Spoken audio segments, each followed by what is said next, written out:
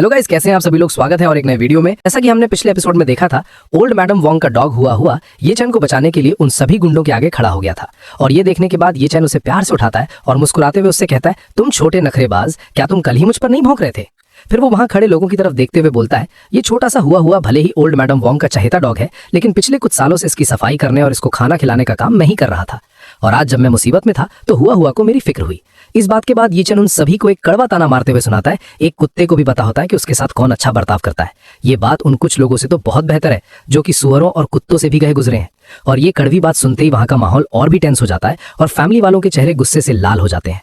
और तभी old madam Wong गुस्से में आकर चिल्लाती हैं, युवन हुआ को वापस मेरे पास लेकर आओ।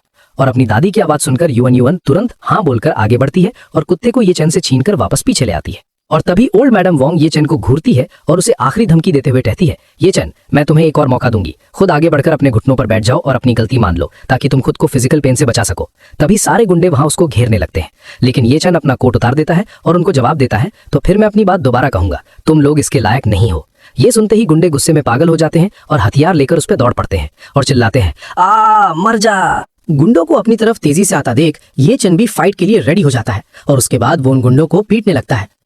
और मन ही मन सोचता है, 4 साल पहले यानी वैंग फैमिली में मेरी शादी से 1 साल पहले फैमिली ने मेरे लिए एक बैटलफील्ड ट्रायल अरेंज किया था और मुझे 1 साल के लिए सीरिया भेज दिया था। वो आगे सोचता है, आम लोगों के मुकाबले इन लोगों को प्रोफेशनल माना जा सकता है, लेकिन मेरे जैसे इंसान के लिए जिसने बैटलफील्ड सर्वाइव किया हो और जो साल भर खून और लाशों के बीच रहा हो, उसके सामने ये सब एक बच्चे के खेल जैसा है। और देखते ही देखते ये चैन उन सबको बुरी तरह पीटकर जमीन पर धूल चटा देता है। सारे गुंडे जमीन पर पड़े दर्द से करा रहे होते हैं, पर यह फाइट अभी खत्म नहीं हुई थी। तभी अचानक पीछे से एक लंबा चौड़ा गुंडा गुस्से में चिल्लाता है और वो आकर ये चैन को पीछे से पूरी ताकत के साथ दबोच लेता है। ये देखकर सामने खड़ा दूसरा गुंडा खुश हो जाता है और चिल्लाता है, इसे जोर से पकड़ कर रखना, मैं इसके हाथ की नस काटने वाला हूँ। और ये देखने के बाद ब्रदर गुआ ये चैन को गुस्से में कहता है, ब्रैट, तूने मेरे आदमियों को मारा है, मैं आज तुझे अपाहिज बना दूंगा। लेकिन अगले ही पल सिचुएशन पलट जाती है। ये चैन झटके से अपने आप को छुड़ाता है और उल्टा उसी गुंडे पर अटैक कर देता है और उसके बाद वो दूसरे गुंडे को भी पीटने लगता है। और ये लड़ाई और ये चैन की ताकत देखकर युआन की आंखें फटी की फटी रह जाती हैं और वो डर के मारे चिल्लाती है, ओ माय गॉड, किसी एक इंसान की लड़ने की ताकत इस हद तक डरावनी कैसे हो सकती है। वहीं ओल्ड मैडम वैंग ये नजारा देखकर शौक में बड़बड़ाने लगती है। क्या ऐसा हो सकता है कि ओल्ड मैन ने जिद करके जियाकी की शादी ये चैन से इसलिए करवाई क्योंकि उन्हें ये चैन की इन स्किल्स के बारे में पता था। और ये सारी चीजें देखकर खुद जिया याओ भी मन में सोचती है, क्या ग्रैंडपा ने मेरी शादी इससे इसलिए करवाई ताकि ये मुझे प्रोटेक्ट कर सके। नहीं। और वो खुद को समझाती है, ग्रैंडपा, आपने मेरी शादी इससे इसलिए करवाई क्योंकि इसकी फैमिली अमीर है। वैसे भी ये एक शांति वाला जमाना है और वैंग फैमिली के कोई दुश्मन नहीं है। और इसी टेंशन वाले माहौल के बीच जी चियांग हंसते हुए जिया याओ के डैड से कहता है, डैड ने सच में तुम्हारी जियाकी के लिए एक अजीब ही नमूना ढूंढ निकाला था, शुक्र है कि मैंने उस टाइम पर मना कर दिया था। और ये बात सुनकर जिया याओ का डैड हैरान हो जाता है। हाँ? और तभी जी चियांग मुस्कुराते हुए कहता है कि क्या तुम्हें लगता है डैड ने शुरू में ये चैन और जियाकी की शादी फिक्स की थी? गलत, डैड ने उस वक्त सबसे पहले मुझसे आकर पूछा था। ये सुनकर जिया याओ की माँ हैरान हो जाती है और पूछती है, बिग ब्रदर, आपने क्या कहा? और यहाँ पर स्टोरी थोड़ा पीछे फ्लैशबैक में जाती है जहाँ दादाजी जी चियांग से कह रहे थे, जी चियांग, इस वक्त एक बहुत ही rare top quality son in law candidate मिला है, क्या तुम युआन की शादी कुछ साल पहले करने के लिए तैयार हो? इस पर जी चियांग वापस प्रेजेंट में सबको सच्चाई बताते हुए कहता है, जब मुझे पता चला कि वो ये चैन जैसा एक गांव का लूजर है, तब मैंने इस बुनियाद पर मना कर दिया क्योंकि युआन अभी बहुत छोटी है और उसके बाद ही ये चैन का रिश्ता तुम्हारी जियाकी के लिए फिक्स किया गया था। और ये सारी बातें सुनकर वहां खड़ा शाओजी मजे लेते हुए जोर जोर से हंसने लगता है और ताना मारते हुए कहता है तो इसका मतलब ये निकला कि जिया याओ ने एक्चुअली उस आदमी को उठाया जिसे मेरी छोटी बहन ने कभी मांगा ही नहीं था। ये सुनकर युआन का एटीट्यूड और भी ज्यादा बढ़ जाता है और वो घमंड से कहती है, ओ माय, ग्रैंडपा सच में सथिया गए थे जो मेरी शादी ये चैन से करवाने का सोच रहे थे। वो सिर्फ लड़ना जानता है और कुछ नहीं। मुझे ऐसे मारपीट करने वाले वायलेंट आदमियों में कोई इंटरेस्ट नहीं है। फिर वो मुस्कुराते हुए जिया याओ को चढ़ाते हुए कहती है, किस्मत से मैं उस टाइम छोटी थी और एक बड़े डिजास्टर से बच गई। बड़ी बहन, अब आपको अपना ये गुड फॉर्चून एंजॉय करना चाहिए। और ये सारी बातें सुनकर जिया याओ चुपचाप खड़ी हो जाती है बिना कुछ बोले। और ये सीन देखकर ये चैन उन गुंडों के पिटते हुए अपने मन में सोचता है, मैंने कभी नहीं सोचा था कि इस सब के पीछे ऐसी भी कोई कहानी होगी। और वो वहीं खड़े खड़े उसका ध्यान 3 साल पुरानी यादों में चला जाता है। 3 साल पहले जब मैं अपने बैटलफील्ड ट्रायल से वापस लौटा था तो रोज खून और लाशों को देखने के बाद मैं सच में प्यार और एक फैमिली के लिए बहुत तड़प रहा था। उस वक्त मुझे वैंग जिया याओ को देखते ही पहली नजर में प्यार हो गया था। मैंने सोचा था कि ऐसी क्यूट और ब्यूटीफुल लड़की के साथ मैं अपनी पूरी जिंदगी बिताऊंगा। और उसके बाद वो अपनी इस खूबसूरत मेमोरी और आज की सच्चाई को कंपेयर करते हुए सोचता है, लेकिन मैंने कभी एक्सपेक्ट नहीं किया था कि हम दोनों के रिश्ते का अंत आखिर में इस तरह से होगा।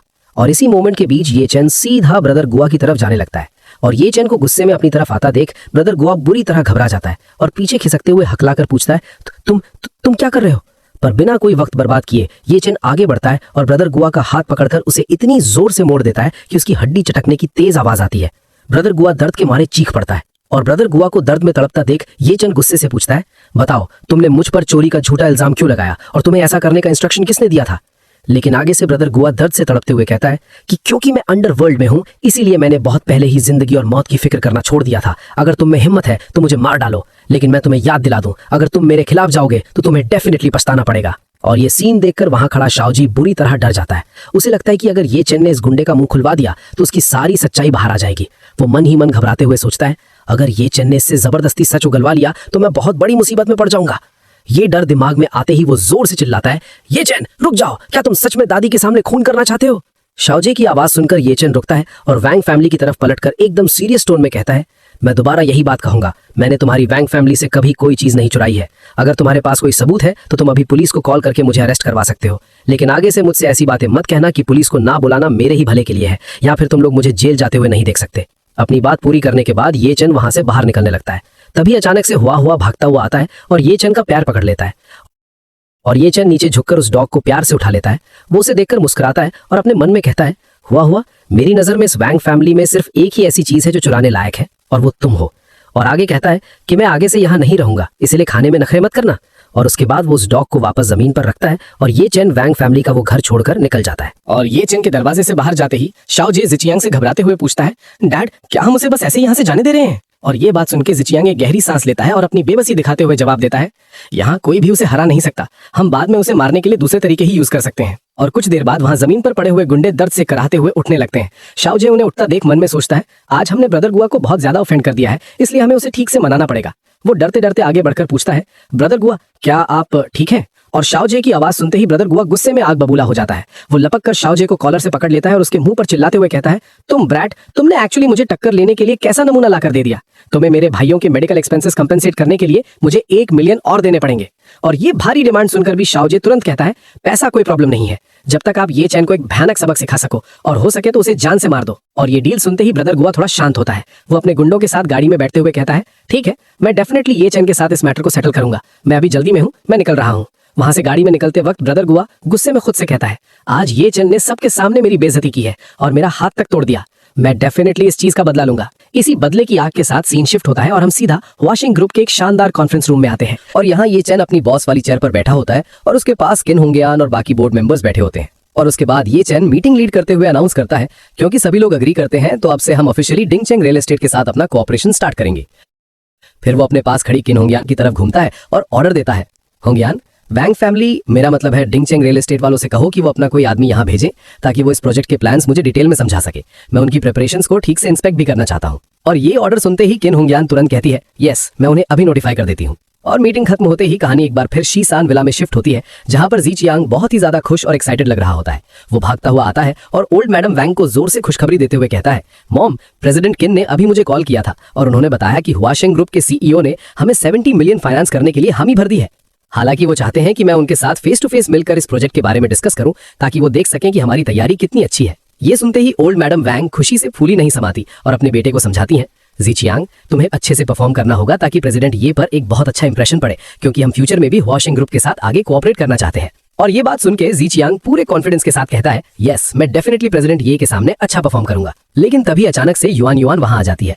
वो इस अमीर सीईओ से मिलने के मौके का फायदा उठाने का सोचती है और अपने डैड को रोकते हुए पूछती है, डैड, क्या मैं भी आपके साथ चल सकती हूँ? और गाइज, यहाँ पर ये चैप्टर खत्म होता है और तब तक के लिए बाय बाय।